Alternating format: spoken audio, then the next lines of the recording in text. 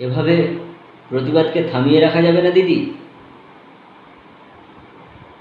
আপনি যত প্রতিবাদীদের গলা চেপে ধরবেন, প্রতিবাদীরা তাদের গলা আরও উপরে তুলবে। আপনি কি ভেবেছেন আপনার নেতা মন্ত্রী ক্যাডারদের দিয়ে জনগণকে হুমকি দেবেন, মানুষকে ভয় দেখাবেন, আর মানুষ ভয় পেয়ে ঘরে ঢুকে পড়বে? সেদিন শেষ দিদি। আমরা সহ্য করতে করতে আমাদের দেওয়ালে পিঠ ঠেকে গেছে। আপনার মন্ত্রী বিধায়করা বলছে সরকারের দিকে নাকি আঙুল তুললে আঙুল ভেঙে দেবে। আপনি বলছেন আবার ফোঁস ফাঁস করতে। বাহ বাহ বাহ বাহ দিদি, কি উস্কানিমূলক আপনার কথাবার্তা।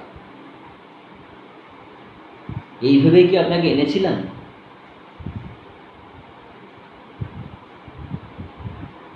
কালকে কোচবিহারের মাথা ভাঙায় আপনার ক্যাডাররা যেটা করলো সেটা কি ঠিক করেছিল? কি অন্যায় ছিল তাদের? কি দোষ ছিল? তারা প্রতিবাদ করেছিল, এটাই তাদের দোষ? তারা রাস্তায় বিভিন্ন ছবি এঁকে তাদের প্রতিবাদ করেছিল, এটাই তাদের দোষ ছিল? সেই ছবিগুলোকেও মুছতে হলো? এত ভয় আপনার? এই ছবিগুলোকে দিয়ে মুছিয়ে দিলেন আপনার ক্যাডারদের দিয়ে, আপনার লোকজনদের দিয়ে। কিসের ভয় দিদি এত? সামান্য একটা রাস্তায় ছবি এঁকে প্রতিবাদ করেছে। এভাবে কি প্রতিবাদের গলার টিপে রোধ করা যায়? যাবে না দিদি।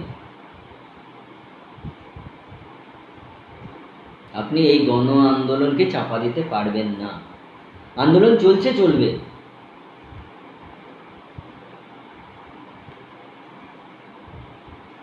আপনি প্রতিবাদীদের যেভাবে ধরে ধরে প্রিজন ভ্যানে তুলছেন, মনে হচ্ছে যেন প্রতিবাদ করাটা এ রাজ্যে বড় অন্যায়, বড় দোষের। মনে হচ্ছে খুন, ধর্ষণ, চুরি, ছিনতাই, ডাকাতি এরাই করেছে প্রতিবাদীরা। তাদের টেনে টেনে আপনার অপদার্থ পুলিশ, মেরুদণ্ডহীন পুলিশ, তাদের টেনে টেনে প্রিজন ভ্যানে তুলছে। কি ভাবছেন দিদি? এভাবেই আপনি মানুষকে আটকে দেবেন? এত সহজ?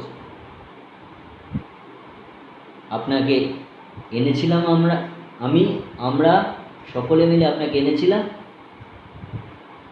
এবং আপনাকে কাঁসর ঘণ্টা বাজিয়ে বিদায়ও দেব। বিদায়ের প্রস্তুতি শুরু করুন, আর বেশি দিন নেই। আপনি পশ্চিমবাংলার সবচেয়ে ব্যর্থ মুখ্যমন্ত্রী। আপনি রাজ্য চালাতে ব্যর্থ। আপনি প্রতিবাদীদের কণ্ঠরোধ করতে চান, কিন্তু এসব করে কিছু হবে না দিদি। আমাদের কণ্ঠরোধ হবে না।